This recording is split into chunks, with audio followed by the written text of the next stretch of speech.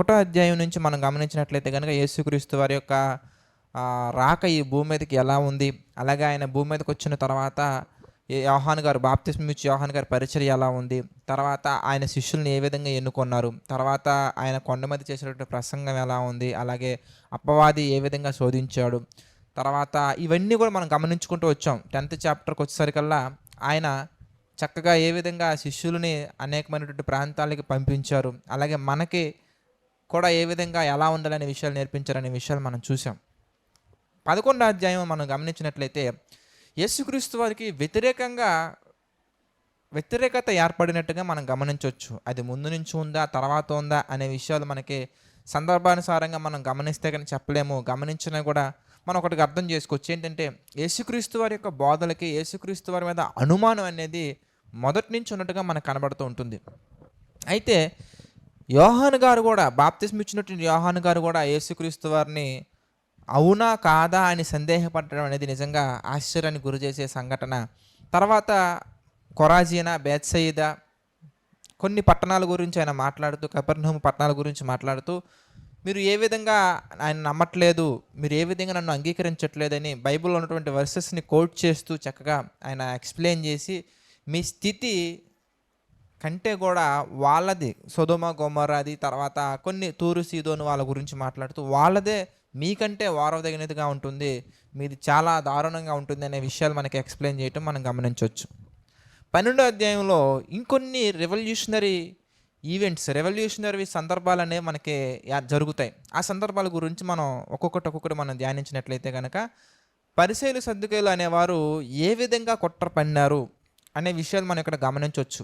యేసుక్రీస్తు వారు చేసినటువంటి కార్యక్రమాల నిమిత్తం, యేసుక్రీస్తు వారు చేసినటువంటి సూచక్రియలు అయితేనేమి, ఇవన్నీ కూడా ఒక కోణంలో యేసుక్రీస్తు వారి యొక్క కీర్తి ప్రసిద్ధమవుతూ ఉంటే, మరొక కార్నర్ నుంచి మనం ఆలోచించినట్లయితే కనుక అనేక మంది యేసుక్రీస్తు వారి గురించి అనేక రకాలుగా మాట్లాడుకున్నట్టుగా మనం గమనించవచ్చు. దీనికి సంబంధించినటువంటి పూర్తి వివరణ మనం 16వ అధ్యాయం 18వ అధ్యాయంలో మనం గమనిద్దాం. అయితే ప్రస్తుతానికి మనం 12వ అధ్యాయంలో ఉన్నాం కనుక ఈ చాప్టర్లో కొన్ని విషయాలు మనం జాగ్రత్తగా గమనించినట్లయితే యేసుక్రీస్తు వారు చేసినటువంటి రెవల్యూషనరీ థింగ్స్ చాలా ఉన్నాయి. వాటిల్లో మరి ప్రముఖంగా ఇంకా ఎక్కువ ఎఫెక్ట్ చేసినటువంటి సందర్భాలు మనకి ఇక్కడ కనబడుతూ ఉంటాయి. అందులో 2 విషయాలు ఏంటి, ఎందుకంటే విశ్రాంతి దినం రోజున యేసుక్రీస్తు వారు ఏం చేస్తారు? మత్తయి సువార్త 12వ అధ్యాయం 1వ వచనం నుంచి మనం గమనించినట్లయితే కనుక మత్తయి సువార్త 12వ అధ్యాయం 1వ వచనం నుంచి 15వ వచనం వరకు మనం గమనించినట్లయితే కనుక 14-15 వచనాల వరకు మనం గమనించినట్లయితే కనుక యేసుక్రీస్తు వారు తన శిష్యులతో పంట చేలలో పడి వెళ్తున్నప్పుడు వారు విశ్రాంతి దినమున ఆ పంట చేలలో ఉన్నటువంటి వెన్నులు తురించి తింటారు వాళ్ళు శిష్యులు. అది ఒక విశ్రాంతి దినం రోజున ఎందుకు అలా చేశారు అనే ఒక ప్రశ్న పరిసయ్యుల సద్దూకయ్యుల్లో వస్తుంది. రెండో ప్రశ్న ఏంటంటే విశ్రాంతి దినం రోజునే సమాజ మందిరంలో స్వస్థత చేయటం అనేది అనమాట. ఈ 2 విషయాలు అనేవి చాలా ప్రాముఖ్యంగా ఈ పరిసయ్యుల సద్దూకయ్యుల్లో ఒక అద్భుతమైనటువంటి ప్రతిస్పందన యేసుక్రీస్తు వారి మీద వ్యతిరేకంగా రావటం మనం గమనించవచ్చు. ఎందుకు అద్భుతం అన్నానంటే, ఒక మనిషిని ఎలా చంపాలి అని ప్లాన్లు వేసుకోవడం అనేది నిజంగా చాలా బాధాకరమైనటువంటి విషయం.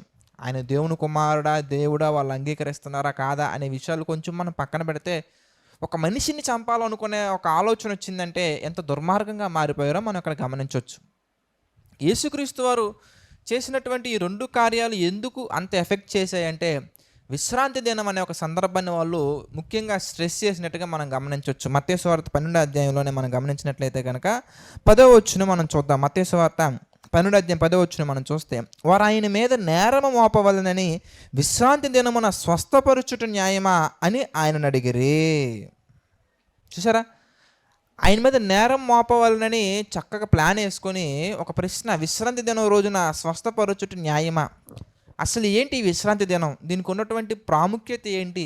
ఎక్కడ ప్రారంభం అయ్యింది? ఎందుకు విశ్రాంతి దినాన్ని అంత హైలైట్ చేస్తున్నట్టుగా ఈ యొక్క చాప్టర్లో మనకు కనబడుతుంది. ఈ చాప్టర్ కాదు, మనకి పాత నిబంధనలో కానీ కొత్త నిబంధనలో కానీ మనం చాలా సందర్భాల్లో మనం చదివే ఉంటాం. విశ్రాంతి దినం మనం గమనించే ఉంటాం. అసలు ఏంటి ఈ విశ్రాంతి దినం యొక్క ప్రాముఖ్యత ఏంటి? విశ్రాంతి దినం ఎప్పుడు ప్రారంభమైంది? ఎలా దీని యొక్క మూలాలేంటి అనే విషయాలు కొన్ని మనం ఈరోజు మనం చదువుకునే సబ్జెక్టుని బట్టి కొన్ని విషయాలు మనం క్లియర్గా స్టడీ చేద్దాం. ప్రభుత్వమైతే విశ్రాంతి దినం గురించినటువంటి పూర్తి వివరణ నేను మరొక సందర్భంలో మాట్లాడుతాను. మరొక సందర్భంలో నేను చాలా చక్కగా విశ్రాంతి దినం గురించి ఎక్స్ప్లెయిన్ చేస్తాను. ఈ విశ్రాంతి దినం గురించి మనం గమనించినట్లయితే నిర్గమాకాండంలో ఒక సందర్భం మనం గమనించవచ్చు ప్రియులారా. నిర్గమాకాండము 20వ అధ్యాయం మనం చూస్తే, నిర్గమాకాండం 20వ అధ్యాయం 8వ వచనం నుంచి మనం జాగ్రత్తగా గమనించినట్లయితే విశ్రాంతి దినం గురించి మనకి కనబడుతుంది. అయితే విశ్రాంతి దినాన్నే సబ్బాత్ అని కూడా అంటారు. సో విశ్రాంతి దినం నిర్గమాకాండం 20వ అధ్యాయం 8వ వచనం నుంచి మనం చూద్దాం. నిర్గమాకాండం 20వ అధ్యాయం 8వ వచనం నుంచి 11వ వచనం వరకు మనం జాగ్రత్తగా గమనించుకున్నట్లయితే, విశ్రాంతి దినమును పరిశుద్ధముగా ఆచరించుటకు జ్ఞాపకం ఉంచుకొనుము. 6 దినములు నీవు కష్టపడి నీ పనంతయు చేయవలను. 7వ దినము నీ దేవుడైన యెహోవాకు విశ్రాంతి దినము. దానిలో నీవైనను, నీ కుమారుడైనను, నీ కుమార్తెడైనను, నీ దాసుడైనను, నీ దాసి అయినను, నీ పశువైనను, నీ ఎండులో ఉన్న ఏ పరదేశి అయినను ఏమీ చేయకూడదు. చూడండి, 6 దినాలు కష్టపడి నీ పని నువ్వు చేసుకోవచ్చు. అయితే నీవు కానీ, నీ దాసుడు కానీ, నీ కుమారుడు కానీ, నీ కుమార్తె కానీ, నీ దాసి కానీ, పశువైన ఎండ్లలో ఉన్న పరదేశీనను ఏ పని చేయకూడదు. 6 దినములలో యెహోవా ఆకాశమును, భూమియు, సముద్రమును, వాటిలోని సమస్తమును సృజించి 7వ దినమున విశ్రమించును. అందుచేత యెహోవా విశ్రాంతి దినమును ఆశీర్వదించి దాన్ని పరిశుద్ధపరచను. కనుక 6 days you can do anything, you can do any work. మీరు పని చేసుకోవచ్చు, బట్ 7వ దినం మాత్రం మీరు పని చేయకూడదు. 7వ దినం ఇది మీకు విశ్రాంతి దినం అని చెప్పడం జరిగింది. ఎందుకు పని చేయకూడదు, ఏంటి, పని చేస్తే ప్రాబ్లం ఏంటి అనగానే ప్రైమరీగా ఒక సందర్భం మనకు కనబడుతుంది. ఏంటంటే, దేవుడు 6 దినాలలో సృష్టిని సృజించి తర్వాత 7వ దినం విశ్రమించును అని దేవుని గురించి ఒక విషయం చెప్తున్నారు. ఏంటి, ఎందుకంటే ఇదిగో దేవుడు 6 దినాల్లో సృష్టిని సృజించారు, 7వ దినాన ఆయన విశ్రమించారు కనుక అని రీజన్ మనకు కనబడుతుంది. ఈ రీజన్ ఇంకా ఫుల్ఫిల్మెంట్గా క్లియర్గా మనకు అర్థం కావాలంటే ద్వితీయోపదేశకాండంలో మనం ఒక సందర్భాన్ని చూద్దాం. ద్వితీయోపదేశకాండము 5వ అధ్యాయం మనం చూస్తే, ద్వితీయోపదేశకాండము 5వ అధ్యాయము 15వ వచనం మనం చూద్దామండి. 15వ వచనం ఇంకా మనం 12 నుంచి కూడా మనం చూడవచ్చు, ఇంకా క్లియర్గా మనకు అర్థమవుతుంది. బట్ సరే 12 నుంచి మనం చూద్దామండి. ద్వితీయోపదేశకాండము 5వ అధ్యాయము 12వ వచనం నుంచి మనం చూద్దాం. నీ దేవుడైన యెహోవా నీకు ఆజ్ఞాపించినట్లు విశ్రాంతి దినమును పరిశుద్ధముగా ఆచరించుము. 6 దినములు నీవు కష్టపడి నీ పని అంతయు చేయవలను. 7వ దినము నీ దేవుడైన యెహోవాకు విశ్రాంతి దినము. దానిలో నీవైనను, నీ కుమారుడైనను, నీ కుమార్తెను, నీ దాసుడైన, నీ దాసి అయిన, నీ ఎద్దైనను, నీ గాడిదైన, నీ పశువుల ఏదైనా, నీ ఎండ్లలోనున్న పరదేశీ అయినను నీ ఏ పని చేయకూడదు. ఎందుకంటే నీ వల్లే నీ దాసుడును నీ దాసియు విశ్రమింపవలెను అని చెబుతూ, నీవు ఐగుప్త దేశమందు దాసుడువై ఉన్నప్పుడు నీ దేవుడైన యెహోవా బాహుబలము చేతను చాచిన చేతి చేతను నిన్ను అక్కడి నుండి రప్పించనని జ్ఞాపకము చేసుకునము. అందుచేత విశ్రాంతి దినము ఆచరింపవలనని నీ దేవుడైన యెహోవా నీకు ఆజ్ఞాపించెను. కనుక ప్రియులారా, మనం జాగ్రత్తగా గమనించినట్లయితే ఎందుకు ఇది అనగానే ఇక్కడ ఏదో ఒక రోబోటిక్ ఒక కమాండ్ పెట్టినట్టుగా కమాండ్ పెట్టట్లేదు దేవుడు. అంటే ఒక రోబోకి ఒక కమాండ్ మనం రాసి యూ షుడ్ ఫాలో ఇట్ అనగానే ఒక రీజన్, వితౌట్ రీజన్ అది ఫాలో అవుతూ వెళ్ళిపోతూ ఉంటుంది. ఐ మీన్ ఆ రోబోకి ఫీలింగ్స్, ఎమోషన్స్ ఉండవు కదండి. లేదంటే మనం ఒక కమాండ్ రాసామనుకోండి, ఒక ప్రోగ్రామ్ రాసామనుకోండి, మనం ఏం చెప్తే వెళ్ళిపోతూ ఉంటుంది. అదేవిధంగా దేవుడు కూడా మనల్ని ఒక రోబోటిక్స్లా చేయలేదు. ఆయన ఒక రోబోలా మనల్ని చేయలేదు. ఒక రీజన్ చెప్తున్నారు. ఏంటి, ఎందుకంటే ఈ విశ్రాంతి దినాన మీరు ఏం చేయాలి ఇంతకీ అంటే, దేవుడు మిమ్మల్ని బహుగా ఆశీర్వదించారు. దేవుడు మిమ్మల్ని పాలుతేనలో స్వతంత్రించుకుని దేశానికి తీసుకువెళ్తారు. తీసుకువెళ్ళిన తర్వాత మీరు అక్కడ ఉన్న తర్వాత మీరు ఆ యొక్క ఆశీర్వాదాలలో, ఆ బ్లెస్సింగ్స్లో పడి మీ తర్వాత జనరేషన్స్కి, నెక్స్ట్ జనరేషన్స్కి దేవుని యొక్క విలువ తెలియకుండా మారిపోయే అవకాశాలు ఆల్రెడీ జరిగాయి. ఆల్రెడీ ఈజిప్ట్లో ఉన్నప్పుడు వారు దే ఫర్గెట్ ద గాడ్, దేవుని మర్చిపోయారు. వాళ్ళు దేవుని మర్చిపోయి అనేక రకాల ఆలోచనలకు వెళ్ళిపోయినట్టుగా మనం గమనించవచ్చు. అది మనకి నిర్గమాకాండం మనం చదువుకుంటుంటే మోషే గారు దేవుని దగ్గరికి వెళ్ళినప్పుడు, దేవునితో మరి మాట్లాడి నిబంధన పలకలు తీసుకురావడం కొరకు వెళ్ళినప్పుడు వీరు ఒక పోత విగ్రహాన్ని తయారు చేసుకొని, ఇదిగో మమ్మల్ని ఈజిప్ట్లో నుంచి బయటికి తీసుకొచ్చింది ఇదే అని చెప్పేసి ఒక విగ్రహాన్ని వారు ఆరాధించినట్టుగా మనం గమనించవచ్చు. అంటే వారిలో దేవునికి వ్యతిరేకమైనటువంటి అనేకమైన ఆలోచనలు, దేవునికి వ్యతిరేకమైనటువంటి అనేకమైనటువంటి విధి విధానాలు వాళ్ళలో ఉన్నాయి. అది వ్యభిచారం విషయంలో కానివ్వచ్చు, విగ్రహారాధన విషయంలో కానివ్వచ్చు, పొరుగువారిని ప్రేమించే విషయంలో కానివ్వచ్చు, పొరుగువారిని ఎలా చూసుకోవాలనే విషయంలో కానివ్వచ్చు. ఇవన్నీ కూడా ఏంటంటే వాళ్ళలో చాలా వ్యతిరేకత ఉన్నట్టుగా మనకు కనబడుతుంది. దేవునికి వ్యతిరేకత ఉన్నట్టుగా మనకు కనబడుతుంది. సో దేవుడు ఏం చేస్తున్నారు, ఎందుకంటే వాళ్ళకి ప్రాపర్గా ఈ జనరేషన్స్ నుంచి నెక్స్ట్ జనరేషన్స్కి వెళ్ళేసరికల్లా వాళ్ళు everything they should know what happen, what is what అనేది వాళ్ళు తెలియాలి. ఏం జరిగింది, ఎవరు చేశారు, ఎలా చేశారు, ఇంతకీ మనం ఎవరో, మన ఉనికి ఏంటి, మనం ఎక్కడి నుంచి వచ్చాం, సృష్టి దగ్గర నుంచి ఈ భూమి ఆకాశము ఇదంతా కూడా సృష్టి దగ్గర నుంచి ప్రస్తుతం వాళ్ళు ఉన్నటువంటి పరిస్థితుల వరకు ప్రతి ఒక్కటి కూడా ప్రతి మనిషికి తెలియాలి అనే ఉద్దేశంతో దేవుడు చక్కగా ఆలోచించి వారి ఎడల ప్రేమ చూపించి, కరుణ చూపించి, మీరు జాగ్రత్తగా గమనించినట్లయితే మనుషులకే కాదండి, ఆయన భూమికి కూడా విశ్రాంతినిచ్చినట్టుగా మనం గమనించవచ్చు. ఈవెందో వాళ్ళు పండించినప్పటికీ ఆ భూమి బహుగా పండించేలాగా ఆయన తన కృపను చూపించి, తన ప్రేమను చూపించి భూమికి కూడా విశ్రాంతిని ఏర్పరిచినట్టుగా మనం గమనించవచ్చు. ఇవి మనం చూద్దాం. విశ్రాంతి దినం గురించి కంప్లీట్ సబ్జెక్ట్ మనం ప్రభు చిత్తం అయితే మనం వెళ్ళే కొద్ది మనం చూద్దాం. ఈ విశ్రాంతి దినం అనేది కూడా ఛాయ.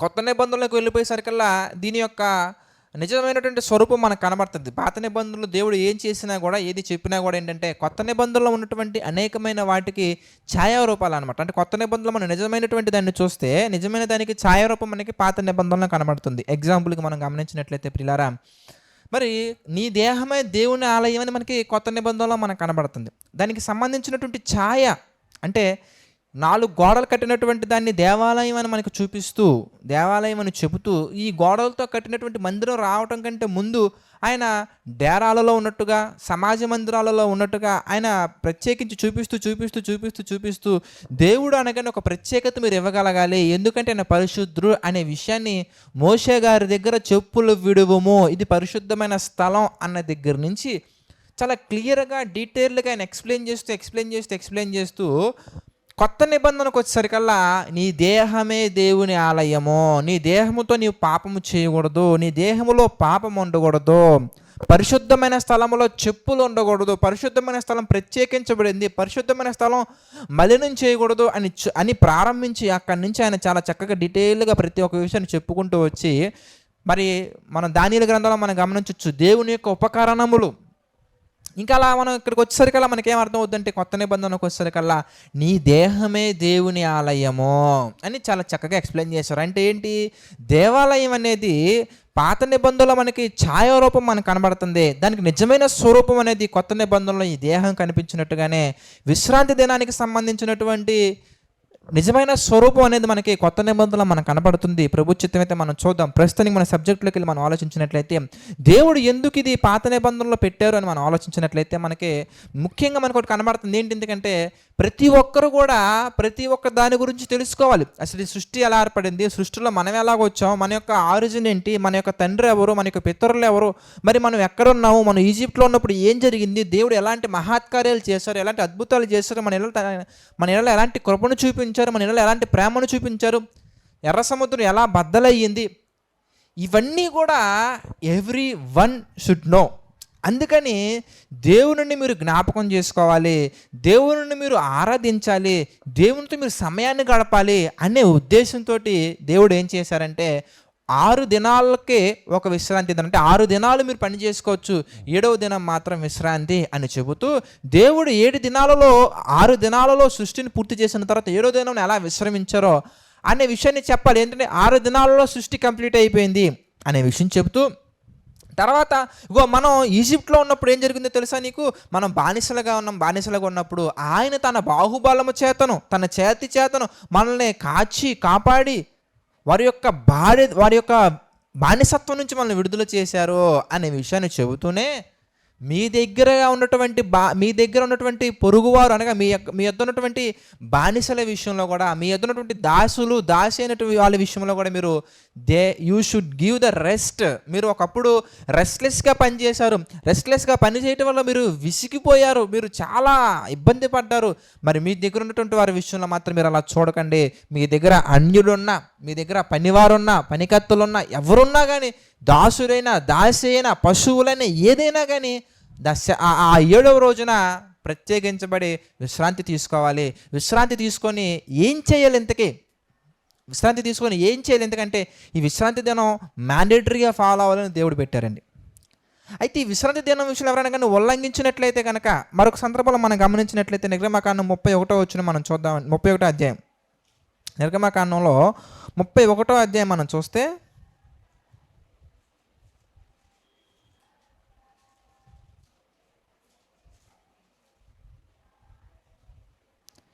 నిర్గమకాండంలో 31 అధ్యాయం మనం చూద్దాం ప్రియులారా. 31 అధ్యాయం 14 వచ్చిన మనం చూద్దాం. నిర్గమకాండంలో 31 అధ్యాయంలో 14 వచ్చిన మనం ఒకసారి కనుక జాగ్రత్తగా స్టడీ చేసినట్లయితే 14 వచ్చును. కావున మీరు విశ్రాంతి దినమును ఆచరింపవలను, నిశ్చయముగా అది మీకు పరిశుద్ధము, దానిని అపవిత్రపరచువాడు తన ప్రజలలో నుండి కొట్టివేయబడును. 6 దినములు పనిచేయవచ్చును, 7వ దినము యెహోవాకు ప్రతిష్ఠితమైన విశ్రాంతి దినము. ఆ దినమున పనిచేయు ప్రతి వాడును తప్పక మరణశిక్ష నొందును. ఇజ్రాయేలీలు తమ తరములకు విశ్రాంతి దినాచారము అనుసరించి ఆ దినమును ఆచరింపవలను. అది నిత్య నిబంధన, నాకును ఇశ్రాయేలీలకును అది ఎల్లప్పుడూ గుర్తై ఉండును. ఏలయనగా 6 దినములు దేవుడు భూమి ఆకాశములను సృజించి 7వ దినమున పని మాని విశ్రమించునని చెప్పుము. You should tell them. దేవుడు నీ కొరకు నా కొరకు ఈ సృష్టిని చేశారు. 6 దినాలు సృష్టిని చేసి 7వ దినమున విశ్రమించారు. ఈ సృష్టి ఏదో దానికి అంతటికి అది రాలేదు. ఎందుకంటే ప్రతి మనిషిలో ఆ భావన, ఆ ఆలోచన చిన్నపిల్లలుగా ఉన్నప్పుడు ఎవరికైనా వచ్చిందండి, ఎవరికైనా వచ్చింది. మనం కూడా మన పేరెంట్స్ని అడిగే ఉంటాం, ఇదేంటి, అదేంటి, దాని పేరేంటి, దీని పేరేంటి, ఇది ఎలాగొచ్చింది, అది ఎలాగొచ్చింది, దాని. అప్పుడు కామన్ సెన్స్ ఉన్నటువంటి, లేదంటే దేవుని యొక్క జ్ఞానం ఉన్నటువంటి వారు దానికి సమాధానాలు చెప్తారు. దేవుడి జ్ఞానం లేనటువంటి ఏం చేస్తారంటే, ఊరికే నీకు పనే లేదా, ఎప్పుడు ఎలాగంటే ఇదే పెచ్చ ప్రశ్నలు అడుగుతుంటారు. అది పెచ్చ ప్రశ్నలు కాదు, వెర్రి ప్రశ్నలు కాదు అవి. నీకు సమాధానం తెలియకపోవడం వల్ల నీకు కోపం వస్తుంది అంతే.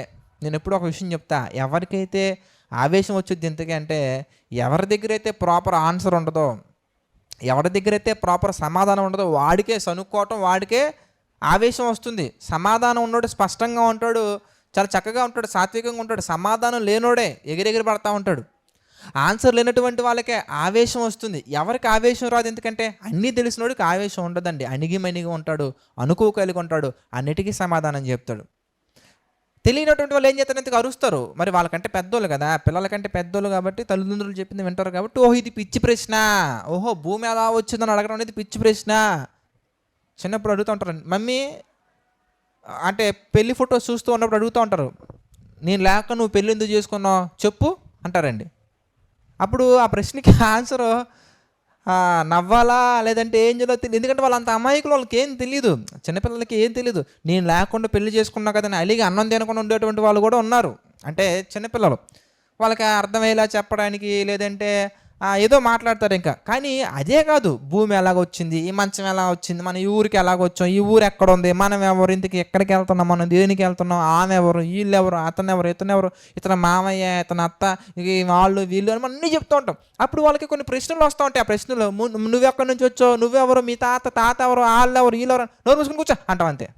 సమాధానం తెలియక, మనకి సమాధానం తెలిస్తే మనం చెప్పగలగాలి. అంటే ఎవరికైతే సమాధానం తెలియదో వాళ్ళకే కోపం వచ్చింది, ఎవరికైతే ఆన్సర్స్ తెలియవో వాళ్ళు ఆవేశంగా ఉంటారు. అన్నీ తెలిసిన వాళ్ళు అనుకోగలిగి అన్నీ ఎక్స్ప్లెయిన్ చేస్తారు.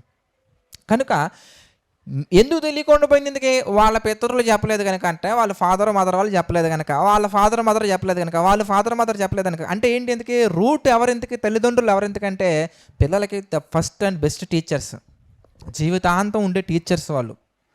ఏ స్కూల్ టీచర్ అయినా, ఏ కాలేజ్ టీచర్ అయినా కానీ కొన్ని ఇయర్స్ మాత్రమే. బట్ పర్మనెంట్ టీచర్స్ ఎవరు ఎందుకంటే ఒక తల్లి ఒక తండ్రి మాత్రమే. ఒక తండ్రి తన బిడ్డకు అన్నీ నేర్పించుకుంటాడు, ఒక తల్లి తన బిడ్డకు అన్నీ నేర్పించుకుంటారు.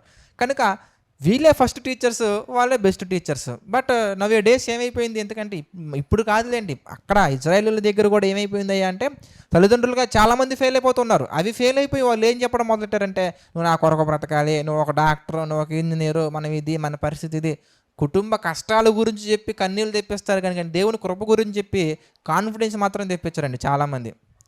తల్లిదండ్రులు ఎలా ఉంటారంటేనండి, ఇంట్లో ఉన్న కష్టాలు నష్టాలు కరెక్ట్గా తినేటప్పుడే చెప్తారండి. అలా అన్నం కలుపుకొని అలా ముద్ద నోట్లో పెట్టుకున్న సమయానికల్లా అన్ని కష్టాలు చెప్తారు.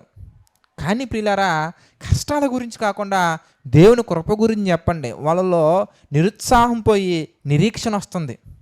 వాళ్ళలో కాన్ఫిడెన్స్ లెవెల్స్ తగ్గిపోతాయి మీరు అలా చెప్పడం వల్ల. అలా కాకుండా దేవుని కృప పెరుగుతుంది. కష్టాలు చెప్తే ఏమవుతుందండి? కన్నీళ్ళు వస్తాయి, ఒక విచారమైనటువంటి హృదయం, అలా మారిపోతారు. అలా కాకుండా దేవుడు ఎంత గొప్పలో చెప్పాలి. అలా దేవుని యొక్క గొప్పతనాన్ని చెప్పడానికి, దేవుని యొక్క ఔన్నత్యాన్ని ప్రకటించడానికి ఆయన ఏం చేశారంటే 6 రోజులు పని చేసుకోండి, 7వ రోజు అంతా కూడా మీరు ఏం చేయాలంటే దేవుని గురించి మాట్లాడుకోండి, దేవుణ్ణి ధ్యానించండి. మరి ఇక్కడేంటి బ్రదర్, మరి నిర్గమకాండం 31వ అధ్యాయంలో చంపేమని ఉంది అంటే దాని అర్థం ఆయన కఠినంగా పెట్టలేదు. అంటే ఎవరైతే దేవుడిని ఉల్లంఘించి ముందుకెళ్ళిపోతున్నారో, దేవుని కాదని వెళ్ళిపోతున్నారో, వాళ్ళ విషయంలో దేవుడు తీసుకుంటున్నటువంటి నిర్ణయం అది ఆజ్ఞ విషయంలో కాదు, నిబంధన. అది దేవునికి నీకున్న ఒక నిబంధన విషయం నీతో దేవుడు చేసినప్పుడు, దేవునితో నువ్వు చేసుకున్నప్పుడు యు షుడ్ ఫాలో ఇట్. నిబంధన విషయంలో ఎవరైనా కనుక ఆ కాలంలో కనుక అలా చేసినట్లయితే కనుక అలాంటిది ఇమ్మని చెప్పారు. కానీ వాస్తవంగా మనం ఆలోచిస్తే ఏంటి బ్రదర్, అన్ని పనులు మనకు కష్టంగా, ఏదైనా కూడా ఒక విషయం మనం గమనించాలండి. దేవుని యొక్క ఆజ్ఞల విషయాన్ని మనం కష్టంగా ఫీల్ అయ్యామంటే కనుక అవి కష్టంగానే ఉంటాయండి. మనకి ధర్మశాస్త్రం కొన్ని సందర్భాల్లో ఆలోచించినప్పుడు కష్టంగా కనపడుతుంటుంది. కానీ మనం జాగ్రత్తగా మనం స్టడీ చేస్తే అప్పటి కాలంలో వాళ్ళు ఉన్న పరిస్థితులను బట్టి, అప్పటి కాలంలో వాళ్ళు అనుకున్నటువంటి మనస్సాక్షిని బట్టి, వారి యొక్క హృదయ కాఠిన్యాన్ని బట్టి, ఇజ్రాయేలు యొక్క పరిస్థితిని బట్టి, కనాను దేశాన్ని బట్టి, అక్కడ జరుగుతున్నటువంటి చుట్టుపక్కల జరిగే పరిస్థితులను బట్టి అనేకమైనటువంటి విషయాలు ఆయన అక్కడ రాయటం జరిగింది. అది మనం జాగ్రత్తగా మనం స్టడీ చేసినట్లయితే కనుక వాళ్ళకి మేలు కలగట కొరకు దేవుడు చెప్పినట్టుగా మనకు కనబడుతుంది. మీరు కావాలంటే ఒక సందర్భాన్ని మనం చూద్దాం. విశ్రాంతి దినాన్ని దేవుడు ఏదో కఠినంగా వాళ్ళ మీద భారాన్ని మాపడం కొరకు పెట్టలా. We can observe the love. దేవుని యొక్క ప్రేమ అక్కడ మనకు కనబడుతుంది. దేవుని యొక్క అద్భుతమైన కృప మనకు కనబడుతుంది. పిల్లల్లో కానీ, తర్వాత జనరేషన్స్లో కానీ ప్రేమ, అనురాగాలు, ఆప్యాయతలు ఇవన్నీ కూడా వాళ్ళలో పెంపొందే విధంగా దాన్ని పెట్టేట్టుగా మనకు కనబడుతుంది. సింపుల్గా మనం ఆలోచించినట్లయితేనండి, ఇదిగో మనంతటగా మనం ఏమీ చేయలేము. ఒక తల్లిగా, ఒక తండ్రిగా, ఒక రిలేటివ్గా, ఒక బంధువుగా, ఒక ఫ్రెండ్గా, ఒక యజమానిగా నేను చేయలేనివి మన దేవుడు చేశారు. సో మనం we should relay on the God, we should depend on the God, మనం దేవుని మీద ఆధారపడాలి, దేవునికి ఆనుకొని ఉండాలి అనే విషయాన్ని మనం చెప్పడం వల్ల ఏమైపోతుందయ్యా అంటే దేవుని మీద ఆధారపడాలనే తత్వం అనేది వల్ల పెరుగుద్దండి.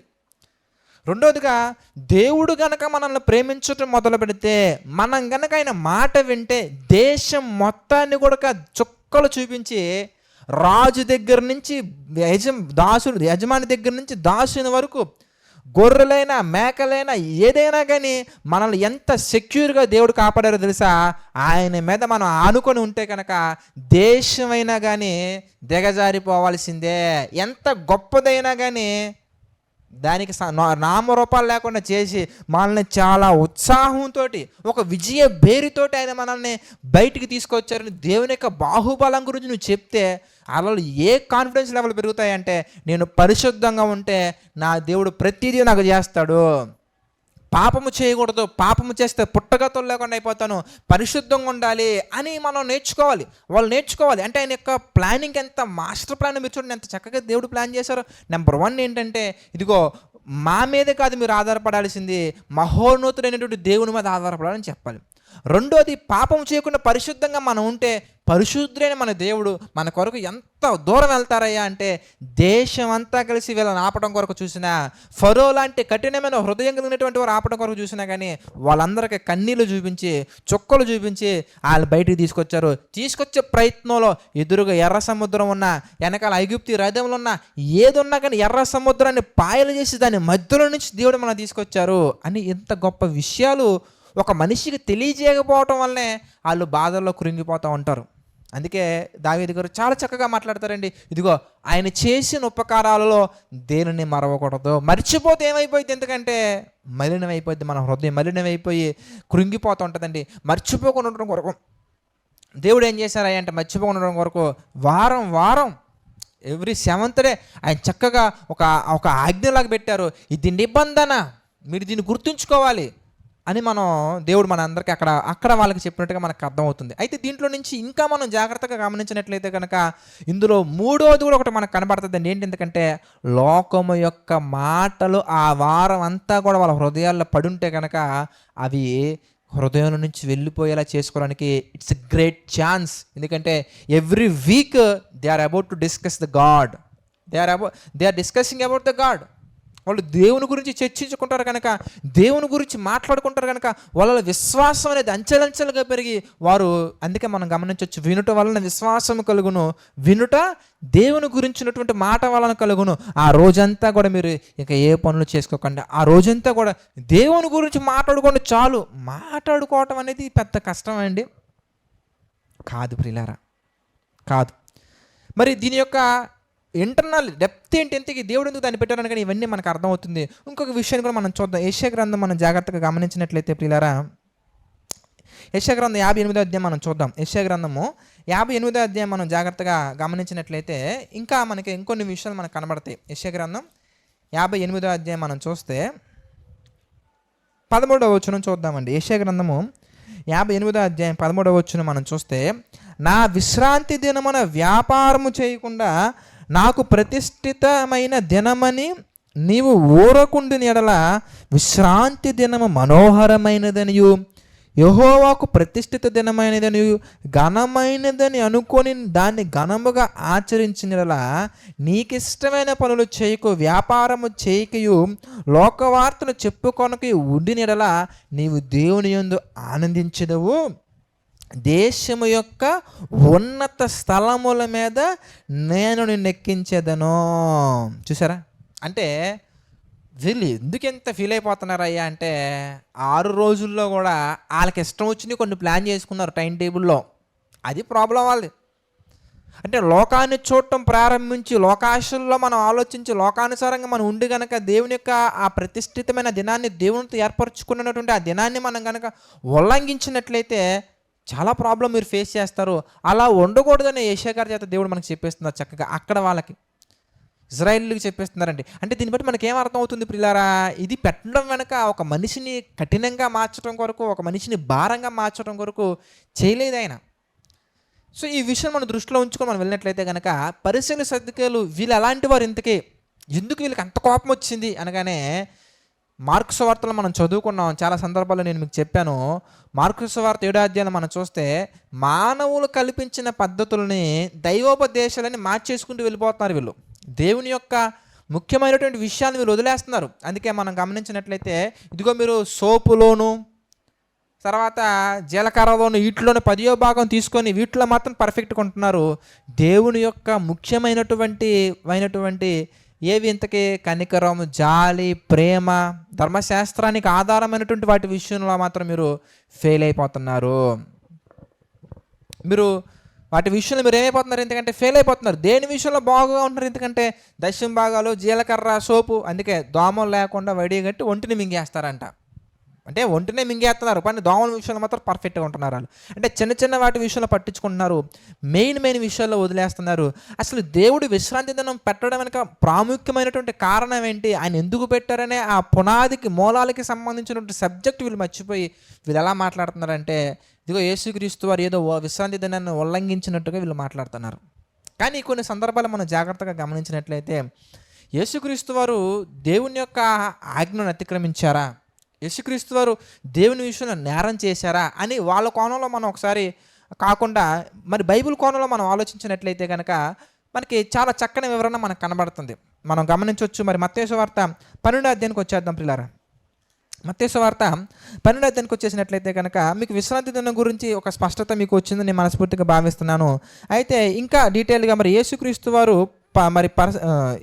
ఫెయిల్ అయ్యారా, విశ్రాంతి దినాన్ని ఉల్లంఘించారా, యేసుక్రీస్తు విశ్రాంతి దినాన్ని అతిక్రమించారా అనేది కూడా మనం చూసి ఒక 2 కనెక్షన్స్ ఉన్నాయి. అవి చూసిన తర్వాత మీరు డీటెయిల్గా మత్తయి సువార్త 12వ అధ్యాయం మొత్తం మీరు చదవండి.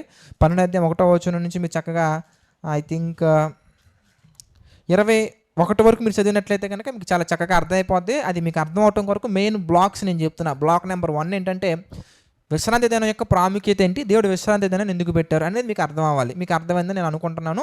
ఒకవేళ ప్రశ్నలు ఉంటే కనుక మీరు సండే రోజు మీరు అడగవచ్చు. సెకండ్ ఇది మనకేం కావాలంటే యేసుక్రీస్తు వారు విశ్రాంతి దినాన్ని ఉల్లంఘించారా అనేది మనకు కావాలి. దీనికంటే ముందు ఇంకొక బ్లాక్ మనకు అర్థం కావాలి. ఏంటి ఇంతకీ బైబిల్లో ఉన్నటువంటి ప్రతి విషయాన్ని కూడా ఈ శాస్త్రులు పరిచయాలు ఏం చేశారంటే వాళ్ళకు అనుకూలంగా మార్చుకుంటూ వచ్చారు. ఇంకొక మాటలో చెప్పాలంటే కనుక వాళ్ళ సొంత పనులు చేయించుకునే విషయంలో వచ్చారన్నట్టుగా మనం గమనించవచ్చు కొన్ని సందర్భాలను బట్టి. అంటే పరిశీలన సర్దుకెళ్ళి ఏం చేశారు, ఎందుకు శాస్త్రులు పరిచయాలు వీళ్ళంతా ఏం చేశారయ్యా అంటే దేవుడు చెప్పినటువంటి ఆజ్ఞలని పక్కన పెట్టి వేటి మీద వీళ్ళు ఫోకస్ చేయటం మొదలు పెట్టారయ్యా అంటే చేతులు కడుక్కోవడం, తర్వాత పరుపులు ఎత్తుకోవటం, తర్వాత పనులు చేసుకోవటం, వీటి మీద పనులు పెట్టారు, శ్రద్ధ పెట్టారు. దేవుడు ఈ పనులు ఎందుకు చేయొద్దు అన్నారు అనేది మనకు తెలియాలి. అందుకే యేసుక్రీస్తు వారు చెప్పినటువంటి కొన్ని విషయాలు మనం జాగ్రత్తగా మనం స్టడీ చేస్తే మరి వాళ్ళ కోణంలో విశ్రాంతి దినం ఏంటి, దేవుడి కోణంలో విశ్రాంతి దినం ఏంటి అనేది మనకు అర్థమవుతుంది. దేవుడి కోణంలో విశ్రాంతి దినం ఏంటి అనగానే యేసుక్రీస్తు ఒక చక్కటి ఎగ్జాంపుల్ తీసుకొని ఒక సందర్భాన్ని ఎక్స్ప్లెయిన్ చేస్తున్నారు. మత్తయి సువార్త 12వ అధ్యాయంలోనే 4వ వచనం మనం జాగ్రత్తగా గమనించినట్లయితే 3వ వచనం నుంచి మనం చూద్దాం. మత్తయి సువార్త 12వ అధ్యాయం 3వ వచనం నుంచి మనం జాగ్రత్తగా గమనించినట్లయితే కనుక ఆయన వారితో ఇట్లనెను. ఏమన్నారు ఇంతకీ?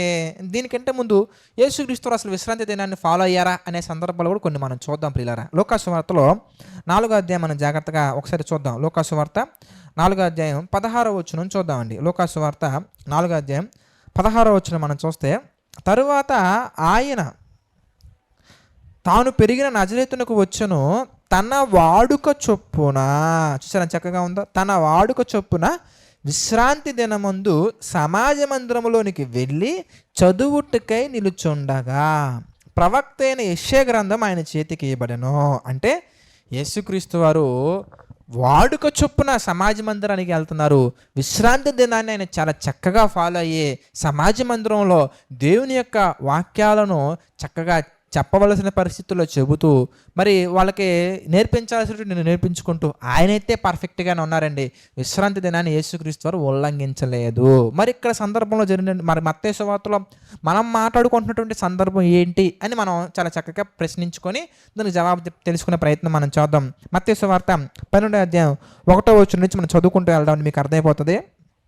ఆ కాలం ముందు యేసు విశ్రాంతి దినమున పంట చేలలో పడి వెలుచుండగా ఆయన శిష్యులు ఆకలిగొని వెన్నును త్రుంచి తినసాగిరి.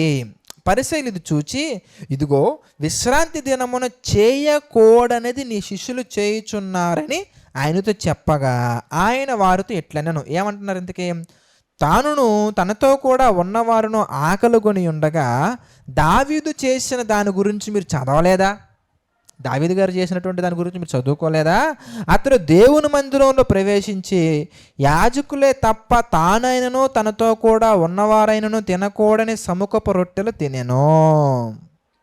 మరి దావీదు గారు చేసింది ఏంటంటే ప్రశ్న అడుగుతున్నారండి.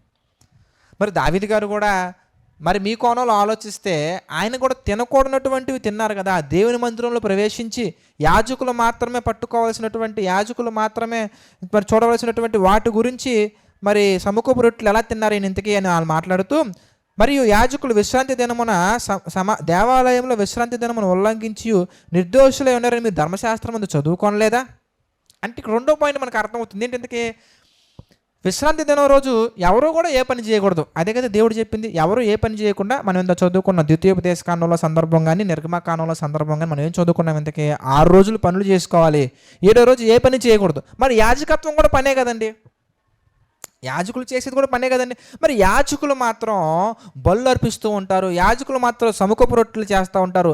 మరి ఇది ఎలా ఆజ్ఞను ఉల్లంఘించినట్టుగా మారలేదు? మీరు చెప్పండి అని ప్రశ్న అడుగుతున్నారు. అంటే రెండు పాయింట్స్ వాళ్ళ ముందు పెట్టి యేసుక్రీస్తు వారు ఏమంటున్నారంటే, పాయింట్ నెంబర్ 1, మరి దావీదు గారు మరి అలా చేశారు కదా, దావీదు అలా చేశారు కదా, మరి దావీదు చేసినటువంటి దానిని మీరు చదువుకోలేదా? మరి అలా ఆకలిగా ఉన్నప్పుడు ఆయనను ఆయనతో కూడా ఉన్నటువంటి వారును పట్టుకొని కూడా ఉన్నటువంటి మరి వాళ్ళ మందిరంలోకి వెళ్ళకూడదు కదా. మరి వాళ్ళు ఆయన వెళ్ళిపోయి దేవుని యొక్క సముఖపు రొట్టెలు మరి యాజకులు మాత్రమే పట్టుకున్నటువంటి సముఖపు రొట్టెలు ఎలా తీసుకున్నారని ప్రశ్న అడుగుతున్నారు. రెండవ విషయం ఆలోచించినట్లయితే కనుక మరి యాజకులు మరి విశ్రాంతి దినం రోజున బలులు అర్పిస్తారు కదా, యాజకులు విశ్రాంతి దినం రోజున పనులు చేస్తున్నారు కదా, మరి యాజకులు విశ్రాంతి దినం రోజున మరి సమాజ మందిరంలో చేసే పనులు ఏంటి? అవి మాత్రం పనులు కాదా?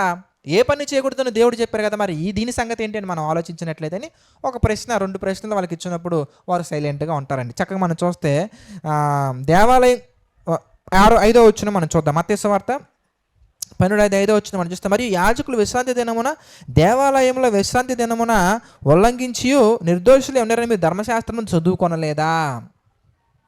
2 పాయింట్లు ఆయన రైజ్ చేసి ఇప్పుడు ఒక చక్కటి విషయాన్ని ఆయన ఎక్స్ప్లెయిన్ చేస్తున్నారు. ఏంటి ఇంతకీ 7వ మనం చూస్తే, కనికరమునే కోరుచున్నాను కానీ బలిని నేను కోరను అను వాక్య భావము మీకు తెలిసి ఉంటే నిర్దోషులను దోషులను తీర్పు తీర్చకపోదురు.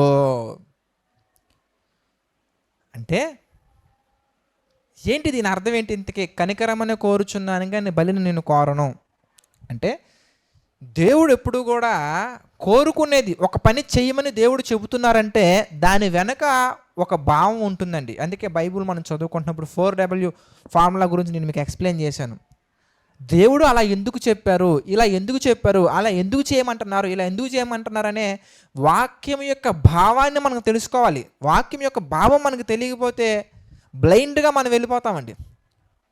నేటి క్రిస్టియానిటీలో అలాంటిది ఒకటి మనం గమనించినట్లయితే ప్రతి వారం కూడా, లేదంటే కొన్ని ప్రాంతాల్లో వారం అంటారు, కొన్ని చోట్ల నెలకు ఒకసారి అంటారు, కొన్ని చోట్ల సంవత్సరానికి ఒకసారి తీసుకునే వాళ్ళు ఉంటారు. ఇదొక ప్రశ్న. సంవత్సరానికి ఒకసారి తీసుకోవాలా, వారానికి ఒకసారి తీసుకోవాలా, నెల తీసుకోవాలా, రోజు తీసుకోవాలా అనే ప్రశ్న. ఇప్పుడు రోజు తీసుకోవాలా, వారానికి ఒకసారి తీసుకోవాలా, నెలకు ఒకసారి తీసుకోవాలా, లేదంటే సంవత్సరానికి ఒకసారి తీసుకోవాలా, లేదంటే అకేషన్స్ తీసుకోవాలా అనే ప్రశ్న నీకు రావటం కంటే ముందు అసలు దేవుడు ద్రాక్షారసాన్ని రొట్టెను ఎందుకు పెట్టారనేది మనకు తెలియాలి. ప్రతిరోజు మీరు ప్రతి వారానికి ఒకసారి మీరు విశ్రాంతి దినం ఫాలో అవ్వాలి, ప్రతి శనివారం విశ్రాంతి దినం ఫాలో అవ్వాలి అని దేవుడు పెట్టారు. ఎందుకు పెట్టారో తెలియకుండా ఆ విశ్రాంతి దినం మనం ఫాలో అవుతున్నా భ్రమలో ఉండిపోతే ఎలాగండి? విశ్రాంతి దినం అంట అది చేయకూడదంట, ఇది చేయకూడదంట, అలా చేయకూడదంట, ఇలా చేయకూడదు అంటే వీళ్ళు ఏం చేశారంటే శాస్త్రులు పరిశీలి ఏం చేశారంటే దేవుడు చెప్పినటువంటి విషయాలని హైడ్ చేసేసి కొన్ని విషయాలు మాత్రం పబ్లిక్లో తీసుకెళ్ళడం ప్రారంభించారు. విశ్రాంతి దినం రోజున పని చేయకూడదు, విశ్రాంతి దినం రోజున ఆ పని చేయకూడదు, ఈ పని చేయకూడదు, అలా చేయకూడదు, ఇలా చేయకూడదు, అలా ఉండాలి, ఇలా ఉండకూడదు, ఇలా ఇవి చెప్పుకుంటూ వచ్చారు. కానీ పని ఎందుకు చేయకూడదు, అసలు ఆ పని ఎందుకు చేయకూడదు, ఈ పని ఎందుకు దేవుడు చేయొద్దన్నారు? వాళ్ళ పనే అది కదండి. యాజకుల యొక్క పని ఏంటి? శాస్త్రులు పరిశీలు పని ఏంటి? ఇంతకీ దేవుడు వాళ్ళకి అప్పగించిన పని ఏంటి? ఇంతకీ దేవుని యొక్క వాక్యాన్ని విసుకకుండా ప్రతి సందర్భంలో ఎక్స్ప్లెయిన్ చేస్తూ వెళ్ళాలి. వీళ్ళు ఏం చేశారు? ఎందుకంటే విసుకుంటూ దేవుని యొక్క వాక్యాన్ని ఆ కాలంలో వాళ్ళకి ఎక్స్ప్లెనేషన్ ఇవ్వకుండా వీళ్ళు ఏం చేశారంటే అన్నీ హైడ్ చేసుకుంటూ దేవుడు ఎందుకు ఫాలో అవ్వమన్నారు అనేది మాత్రం చెప్పట్లేదు. విశ్రాంతి దినం ఎందుకు ఫాలో అవ్వాలి అది చెప్పకుండా నువ్వు ఆ పని చేయకూడదంతే, ఈ పని చేయకూడదంతే, అలా ఉండకూడదంతే, ఎలా ఉండకూడదంతే, ఈ పని చేయకూడదు, అలా ఉండకూడదు, ఇది చేయి, అలా ఇవన్నీ చెప్పుకుంటూ రావటం వల్ల దేవుడు చెప్పినటువంటి ముఖ్యమైన ఉద్దేశం మారిపోయింది. ఈవెన్ బలుల విషయంలో కూడా మనం ఆలోచించినట్లయితే పాప పరిహారార్థ బలి దేవుడు ఇది ఎందుకు పెట్టారు అనేది ఎవరు పట్టించుకోవట్లా. వ్యభిచారం చేసావు బలి ఇవ్వాలి, నరహత్య చేసావు బలి ఇవ్వాలి, పొరుగువాని విషయంలో జరిగింది బలి ఇవ్వాలి, ఓకే బలిస్తే సరిపోయిందంట, తప్పు చేస్తే బలిస్తే సరిపోయిందంట, తప్పు చేస్తే బలిస్తే సరిపోయిందంట, తప్పు చేస్తే బలిస్తే సరిపోయిందంట, తప్పు చేస్తే బలిస్తే సరిపోయిందంట, ఇది చెప్పుకుంటున్నారు. కానీ ఆ బలి దేనికి? పాప పరిహారార్థ బలి. నీవు ఉండాలి దాని ప్లేస్లో, ఆ గొర్రె ప్లేస్లో నువ్వు చావాలయ్యా, ఆ గొర్రె ప్లేస్లో నువ్వు చావాలి. అది పాప పరిహారార్థ బలిగా, అంటే నీ పాపానికి పరిహారార్థ బలిగా అది అవుతుంది అనేది మానేశారండి. అది మానేసి నువ్వు ఇది చేసావు కాబట్టి ఇది, దానికి ఇది, దీనికి ఇది అంటే వీళ్ళు ఏ క్యాల్కులేషన్స్లో వెళ్తున్నారు? ఇంతకీ నేను ఈరోజు ఇది చేశానండి, దీనికి ఏంటి, ఇంతకీ అది చేసి దీనికేంటి అని ఇవి మాట్లాడుకుంటూ వెళ్తున్నారు. కానీ అసలు ఆ బలి కోరుకోవట్లేదు దేవుడు. అంటే దేవునికి బలి ఇచ్చేస్తే పాపం పోతుందన్నమాట, దేవునికి బలిచ్చేస్తే పాపం పోయిద్ది అనమాట, దేవునికి బలిచ్చేస్తే పాపం పోయిద్ది అనమాట. ఈ లైన్లోకి వెళ్ళిపోయారు. కానీ మన పాపాలు పోవాలంటే మనం మారు మనసు పొందాలి. మన పాపాలు పోవాలంటే ఆ పాపము నిమిత్తం మనం పశ్చాత్తాపడాలి, అతిక్రమాలను ఒప్పుకోవాలి, అతిక్రమమును దాచిపెట్టకూడదు, ఒప్పుకోవాలి, విడిచిపెట్టాలి. ఈ సబ్జెక్ట్ ఎగిరిపోయిందండి. ఈ సబ్జెక్ట్ని తీశారు. ఏ సబ్జెక్ట్ పెట్టారు ఇంతకీ అంటే నువ్వు తప్పు చేసావు కదా ఇది పెట్టు, తప్పు చేసావు కదా అది పెట్టు, ఇది చేసావు కదా ఇది పెట్టు, ఇది చేయకూడదు కదా అది ఎందుకు చేసి ఇది ఎందుకు చేసావు అంటే వీళ్ళు ఏం చేయటం ప్రారంభించారయ్యా అంటే బైబిల్లో ఉన్నటువంటి విషయాలను, ముఖ్యమైనటువంటి విషయాలను చెప్పడం మానేసి ఏవైతే అనుకూలము కాని విషయాలు ఉంటాయో వాటి మీద శ్రద్ధ పెట్టారు. చేతులు కడుక్కోకుండా భోజనం తింటే తప్పు, విశ్రాంతి దినం రోజు జర్నీ చేస్తే తప్పు, విశ్రాంతి దినం రోజు వెన్నుల నుంచి తప్పు. అంటే ఎందుకు తప్పు అది పట్టుకుంటున్నారు? ఎందుకంటే తప్పు చేస్తే పాప పరిహారార్థ బలి వచ్చేది కదా, వీళ్ళ జీవనం ముందుకు వెళ్ళిపోయేది కదా. గాడ్ని బిజినెస్ చేశారు కనుక వీళ్ళు ముఖ్యమైనటువంటి వాటిని వదిలేశారు, వీళ్ళ మీద భారం పెంచుతున్నారంటే ఒక్క కోణంలో చెప్పాలంటే విశ్రాంతి దినాన్ని దేవుడు చెప్పిన పర్పస్ మార్చేసి ఒక రకమైనటువంటి హెజిటేషన్, ఒక రకమైనటువంటి భారంతో కూడినటువంటి ఒక విసుగుని ప్రజల్లో తీసుకొచ్చేశారు. ఒక విసుగు తీసుకొచ్చేసారు అంతే. అది చేయకూడదు, ఎలా ఉండాలి, అసలు దేవుడు ఎందుకు విశ్రాంతి దినాన్ని పెట్టారు అనేది ఆ సబ్జెక్టే అది కనిపించకుండా, కంటికి కనిపించకుండా కనుమరుగైపోయిందండి. అందుకే మనం గమనించినట్లయితే ప్రియులారా, మార్కు సువార్త మనం ఒకసారి సందర్భం చూద్దాం. మార్కు సువార్త 2వ అధ్యాయం మనం గమనించినట్లయితే కనుక, మార్కు సువార్త 2వ అధ్యాయం ఈ సందర్భాన్నే మనకు అక్కడ కనబడుతుందండి. 25వ వచనం మనం చూస్తే, మార్కు సువార్త 2వ అధ్యాయం 25వ వచనం మనం జాగ్రత్తగా 24 నుంచి మనం చూద్దామండి, లేదా 23 నుంచి 28 వరకు చూద్దాం.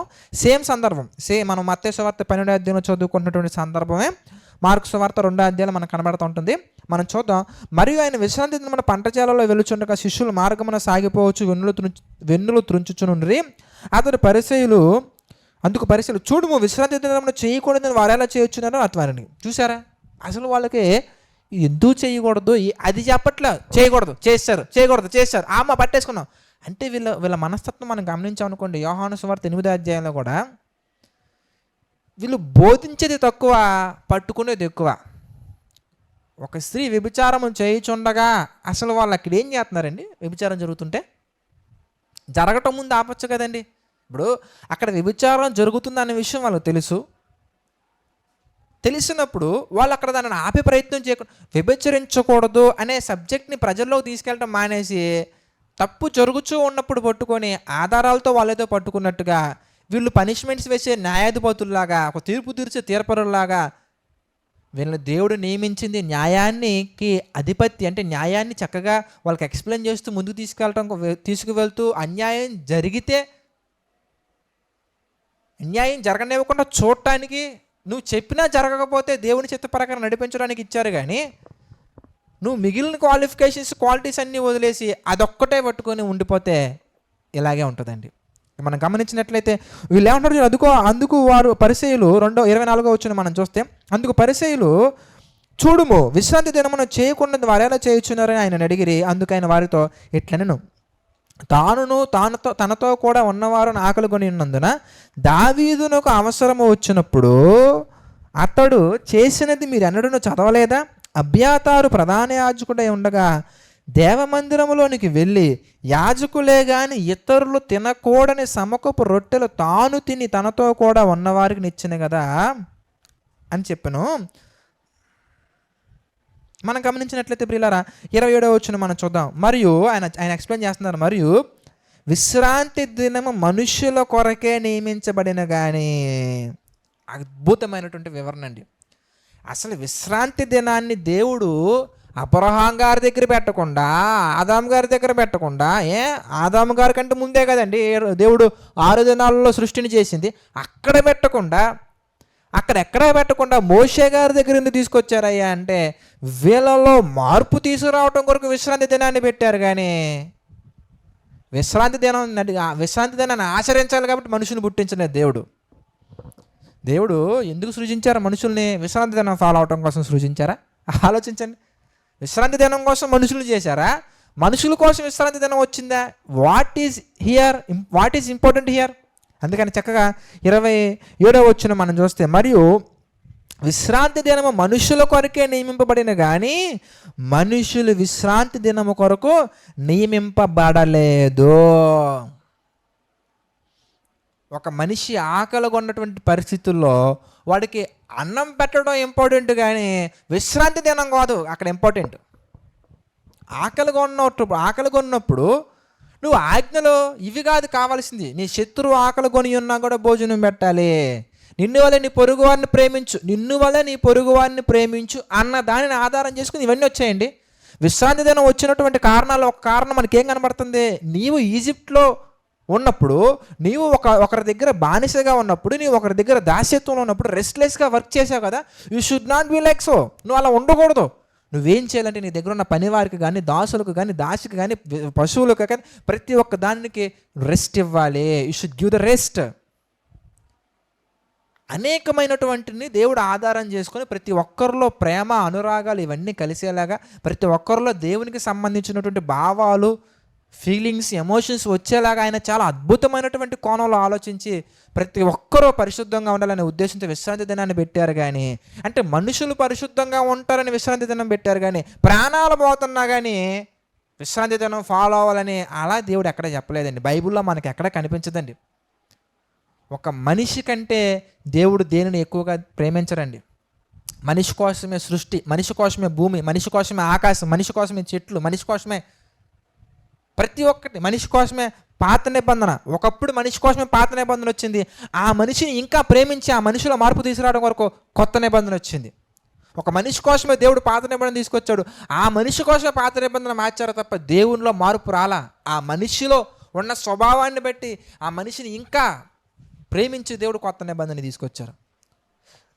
మనుషుల కోసం ఆజ్ఞలు కానీ ఆజ్ఞల కోసం మనుషులు పుట్టలేదండి. అందుకే మనుషులు విశ్రాంతి దినం కొరకు నియమించబడలేదు, మనుషుల కొరకు విశ్రాంతి దినం వచ్చింది అని ఎక్స్ప్లెయిన్ చేస్తూ ఇంకొక సబ్జెక్ట్ తీసుకొని మాట్లాడతారని ఆయన. ఇంతకీ మనం చూద్దాం. మత్తయి సువార్త 12వ అధ్యాయం మనం గమనించినట్లయితే, మత్తయి సువార్త 12వ అధ్యాయం మనం గమనిస్తే అక్కడే చూద్దాం మనం 7వ వచనం. మరియు కనికరమనే, మత్తయి సువార్త 12, మరియు కనికరమనే కోరుచున్నాను కానీ బలిని నిన్ను కోరనని వాక్యభావం మీకు తెలిసి ఉంటే నిర్దోషులను దోషులను తీర్పు తీర్చకపోదురు. కాగా మనుష్య కుమారుడు విశ్రాంతి దినమునకు ప్రభువై ఉన్నాడు. మనుషుల కొరకు విశ్రాంతి దినం వస్తే ఆ విశ్రాంతి దినానికి హెడ్ ఎవరో తెలుసా? మనుష్య కుమారుడు నేనే అని చెప్పాడు చాలా చక్కగా. కనుక I can do anything, I can have anything. కనుక ఇక్కడ మనం అర్థం చేసుకోవాల్సింది, మరి యేసుక్రీస్తు వారు తప్పు చేశారంటే ఆయన తప్పు చేయలేదండి. పర్ఫెక్ట్గా దేవుని యొక్క వాక్యాన్ని చక్కగా విభజించి గైకొన్నారు ఆయన ఆ కాలంలో. మరి తర్వాత మరొక సందర్భం మనకు కనబడుతుందండి. ఆ సందర్భంలో మరి కంటిన్యూషన్లో ఇంకొక మాట మనం చూద్దాం. ఏంటిందుకు ఆయన ఇంకో ప్రశ్న అడుగుతున్నారు. 11వ వచనం మనం చూస్తే, మందుకైనా మీలో ఏ మనుషునికైనా ఒక గొర్రె ఉండి అది విశ్రాంతి దినమున గుంటలో పడిన ఎడల, మత్తయి సువార్త 12:11. అందుకైనా మీలో ఏ మనుషునికైనా ఒక గొర్రె ఉండి అది విశ్రాంతి దినమున గుంటలో పడిన ఎడల దాన్ని పట్టుకుని పైకి తీయడా? గొర్రె కంటే మనుషుడు ఎంతో శ్రేష్ఠుడు. కాబట్టి విశ్రాంతి దినమును మేలు చేయుట ధర్మమే అని చెప్పి, అంటే మేలు చేయవలసిన అవసరత వస్తే అది విశ్రాంతి దినమైనా కానీ చెయ్యాలి. అంటే ఆజ్ఞలు అనేవి ఎందుకు వచ్చాయి అంటే ఒక మనిషిలో మార్పు తీసుకురావటం కొరకు ఆజ్ఞలు వచ్చాయి తప్ప ఆజ్ఞల కోసం, ఆజ్ఞలు గైకొనడం కొరకు దేవుడు మనుషుని సృజించలేదు. కనుక ఈ రెండు సందర్భాలు మనం చాలా చక్కగా అర్థం చేసుకోవాలి. ఒకవేళ అర్థం కాకపోతే కనుక మళ్ళీ ఫస్ట్ నుంచి రండి. బ్రదర్ ఇప్పుడు కూడా విశ్రాంతి దినాన్ని ఫాలో అవ్వాలా? ఇప్పుడు మనం ఫాలో అవ్వాలి లేదా? ఆదివారం, శనివారం ఈ ప్రశ్నలన్నింటికి ప్రభు చిత్తం అయితే ఇక్కడ జరిగే ఆఫ్లైన్ సెషన్స్లో విశ్రాంతి దినం గురించి ఇంకా డీటెయిల్గా నేను మాట్లాడుతున్నానండి. అక్కడ సందర్భం కొరకు కనుక మనం ఆలోచించినట్లయితే కనుక యేసుక్రీస్తు వారు అప్పటి కాలంలో విశ్రాంతి దినాన్ని గైకొన్నారు, యేసుక్రీస్తు వారు పాటించారు. ఇక్కడ సందర్భాన్ని మనం గమనించినట్లయితే కనుక విశ్రాంతి దినానికి ప్రభువు యేసుక్రీస్తు వారు. మనిషి కొరకు విశ్రాంతి దినం వచ్చింది కానీ విశ్రాంతి దినం కొరకు మనుషులు రాలేదు. కనుక యేసుక్రీస్తు వారు ఇగో ఈ సందర్భాలన్నీ చేసినట్టుగా మనం గమనించవచ్చు. కాబట్టి ఇంకా డీటెయిల్గా మీకు ఇంకేమైనా కానీ ప్రశ్నలు ఉంటే కనుక జాగ్రత్తగా మీరు ఆదివారానికి మీరు ప్రిపేర్ అవ్వండి. చక్కగా మీరు అలాంటి ప్రశ్న అడిగినా కానీ దేవుని కృపను బట్టి నేను చక్కగా ఎక్స్ప్లెయిన్ చేస్తాను. ప్రార్థన చేసుకుందామండి. ప్రార్థన. ప్రేమ కలిగినటువంటి దయగలిగినటువంటి మా కన్న తండ్రి, పరిశుద్ధ మహోన్నతుడ, సకల ఆశీర్వాదములకు కారణభూతులైన తండ్రి, ప్రభువా మీ చిత్త ప్రకారంగా మేము నడుచుకుంటూ మాకు సహాయం చేయండి, నడిపించండి, మీ కృపలో స్థిరపరచండి, బలపరచండి తండ్రి. ఈరోజు కూడా తండ్రి బైబిల్ స్టడీలో మీ కృప చూపించారు, సహాయం చేశారు, నడిపించారు. అందుని బట్టి మీకే కృతజ్ఞతాస్తుతులు చెల్లించుకుంటున్నాం తండ్రి. ప్రభువా ప్రతి విషయాన్ని తండ్రి మీ కొరకు జాగ్రత్తగా ధ్యానించి మా జీవితాలు సరిదిద్దుకుంటూ ముందుకు సాగటం మాకు సహాయం చేయండి తండ్రి. ప్రభువా ఆరోగ్య మానసిక పరిస్థితుల్లో శ్రమలో ఉన్నటువంటి వారిని మీరు జ్ఞాపకం చేసుకుని తండ్రి, కృంగిన వారి హృదయాలను మీరు లేవనెత్తండి, బలపరచండి, స్థిరపరచండి తండ్రి. మీకు మహిమకరంగా మేము తండ్రి ముందుకు సాగినట్టుగా మాకు సహాయం చేయండి. ప్రతి ఒక్కరు కూడా తండ్రి పరిశుద్ధులుగా, నిర్దోషులుగా ముందుకు సాగటం మాకు సహాయం చేయండి తండ్రి. మీ ప్రేమలో ఆదరించండి, నడిపించండి తండ్రి. జేసీ చర్చ్ పరిచర్య కొరకు తండ్రి సహకారంలో నిలబడుతున్న ప్రతి ఒక్కరిని మీరు జ్ఞాపకం చేసుకొని వారి కుటుంబాలను మీరు ప్రత్యేకించి దీవించండి, ఆశీర్వదించండి, బలపరచండి తండ్రి. ప్రభువా సమస్త మహిమ ఘనత ప్రభావాలు మీకే చెల్లించుకుంటూ ప్రతిదీ మీ చిత్త ప్రకారంగా జరిగించమని వేడుకుంటూ మా ప్రభువును రక్షకుడైన యేసుక్రీస్తు వారి పేరిట యొక్క ప్రార్థన అడిగి వేడుకొని చున్నాము తండ్రి. ఆమెన్. అందరికీ వందనాలండి.